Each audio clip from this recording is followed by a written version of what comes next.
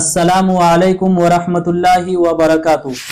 बहुत सारी मेरी बहनें भी हैं और बहुत सारे भाई भी हैं जो रमज़ान में कुरान मजीद कंप्लीट करने जा रहे हैं। तो बहुत सारे ये मसला पूछते हैं कि हमारे कुरान मजीद कंप्लीट होने को हैं या बहुत सारों के हो भी गए हैं, तो अब कुरान मजीद को बख्शना वो चाहते हैं, तो कुरान मजीद को बख्शा कैसे जाएगा? तो देखिए, कुरान का बख्शना कोई जरूरी नहीं होता है। हमारी बहुत सारी बहनें ये सोचती हैं कि हमने कुरान जब कंप्लीट कर लिया, एक पारे आधे पारे करके, 2 पारे 3 पारे करके हमने जब कुरान मुकम्मल कर लिया, तो जब तक हमने बख्शा नहीं तब तक हमें सवाब नहीं मिलेगा। तो यह गलत ख्याल है। कुरान का बख्शना कोई जरूरी नहीं है। जितना भी कुरान मजीद का हिस्सा आप पढ़ते हैं या फिर कुरान करीम को हमने कंप्लीट कर लिया, तो ये हमारे पास सेव हो गया।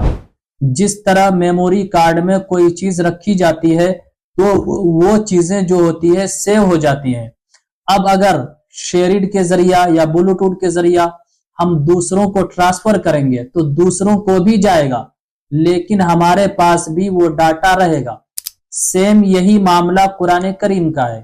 हमने कुरान करीम को अगर बख्श दिया तो उनके पास भी चला जाएगा और हमारे पास भी सेव रहेगा, और अगर नहीं बख्शा तो सिर्फ हमारे पास ही सेव रहेगा।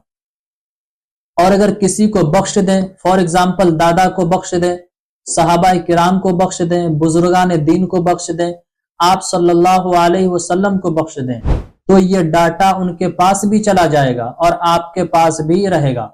यानी आपके सवाब में कमी नहीं आएगी और दूसरों को भी सवाब मिल जाएगा। तो अगर कोई कुरान नहीं बख्शता है तो ऐसा नहीं है कि उसे सवाब नहीं मिलेगा, उसे सवाब मुकम्मल मिल रहा है, उसके सवाब में कुछ भी कमी नहीं आएगी। हाँ, अगर बख्श रहा है तो दूसरों को भी सवाब मिल जाएगा। तो कुरान करीम कैसे बख्शा जाता है, इसको सुन लें। वैसे तो दिल में जो आप नियत करेंगे, नियत करना ही आपके लिए काफी है। हमने नियत कर लिया कि जो भी हमने कुरान का हिस्सा पढ़ा है फुला शख्स को इसका सवाब पहुंच जाए, तो उसे वो सवाब पहुंच गया। लेकिन बख्शने का बेहतरीन तरीका यह है कि हाथ उठाएं, पहले अल्लाह की हम्दो सना करें, फिर दरूद शरीफ पढ़ें, चारों कुल पढ़ें, और भी जितनी दुआएं याद हैं उसे पढ़ें।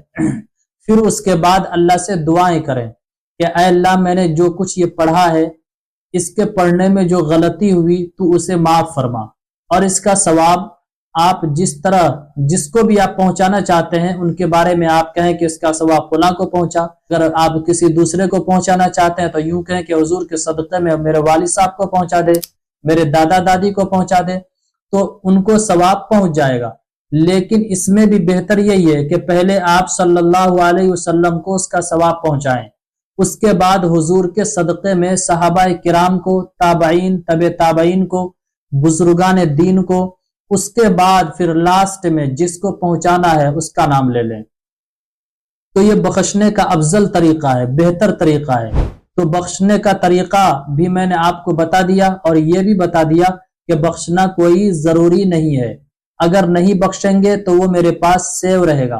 बाज औरतें घबरा जाती हैं कि रमजान खत्म होने को है, पता नहीं ये क्या कर रहे हैं, अभी तक किसी हाफिज साहब, मौलवी साहब को बुला कर नहीं लाए हैं, कुरान नहीं बख्शा गया है, हमारी सारी मेहनतें बेकार चली जाएगी।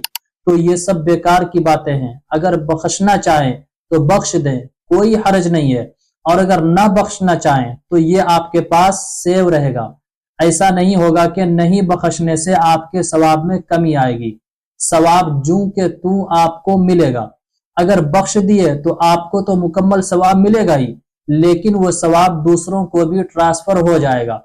तो मेरे अजीज भाइयों और बहनों, उम्मीद करता हूं आज बख्शने का क्या तरीका है, किस तरह बख्शे जाते हैं, और बख्शना जरूरी है या नहीं, ये मसाइल आपने सीख लिया। तो इस क्लिप को ज्यादा से ज्यादा शेयर कीजिए, सीखते रहिए, सिखाते रहिए, दूसरों को भी सिखाइए। दीन की बात का फैलाना तो सदका जारिया है, इसलिए खूब ज्यादा से ज्यादा फैलाइए इस क्लिप को।